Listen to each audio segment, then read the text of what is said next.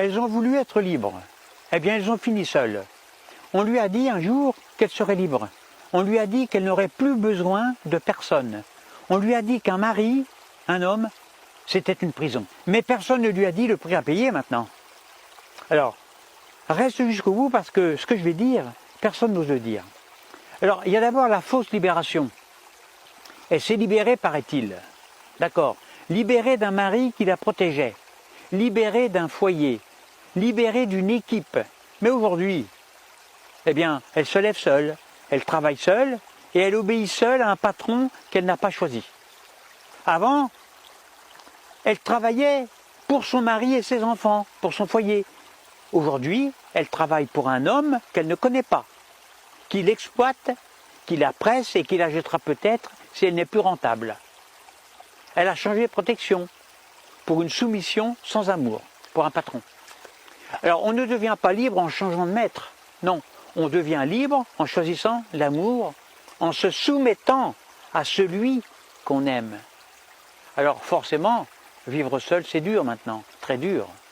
Alors elle cherche un homme maintenant, mais pas n'importe quel, ah non, elle veut un prince qui est beau, riche, doux, disponible, déstructuré mais sécurisant, capable d'enfanter si possible. Elle veut un homme parfait. Sinon, au minimum, de payer les vacances aussi.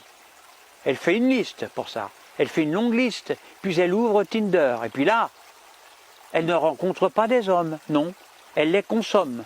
Un de plus, un de moins, un ce soir, un autre demain. Quand l'amour devient un supermarché, eh bien, plus rien n'a de goût. Trop de choix ne rend pas heureux. Il rend indifférent. Et au bout de 2 ans, 3 ans, 4 ans, 5 ans, elle a tout essayé. Les musclés poilus, les lisses parfumés, les vieux riches qui sentent la pisse mais qui ont une carte bleue. Et puis là, quelque chose se casse. Son regard change. Son propre corps commence à la dégoûter. Parce qu'un homme, c'est comme un yaourt. Trop de parfum tue le plaisir.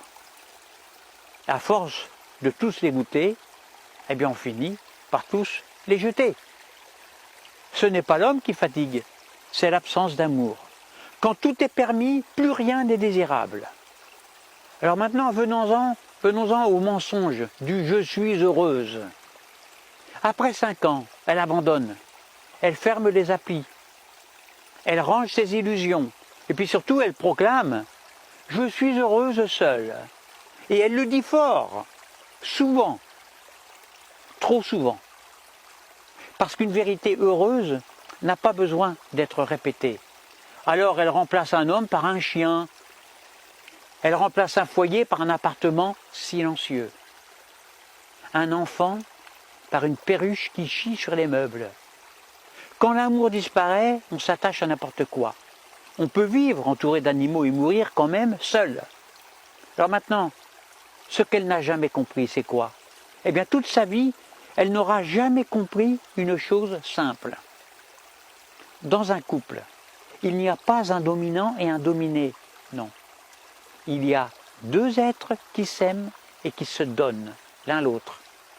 L'amour, ce n'est pas la domination, ce n'est pas la revanche, ce n'est pas l'ego.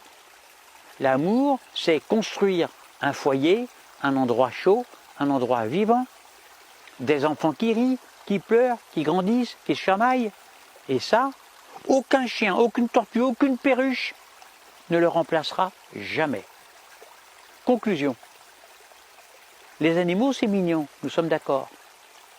Mais ils ne te prendront pas la main quand tu seras malade et le jour où tu mourras.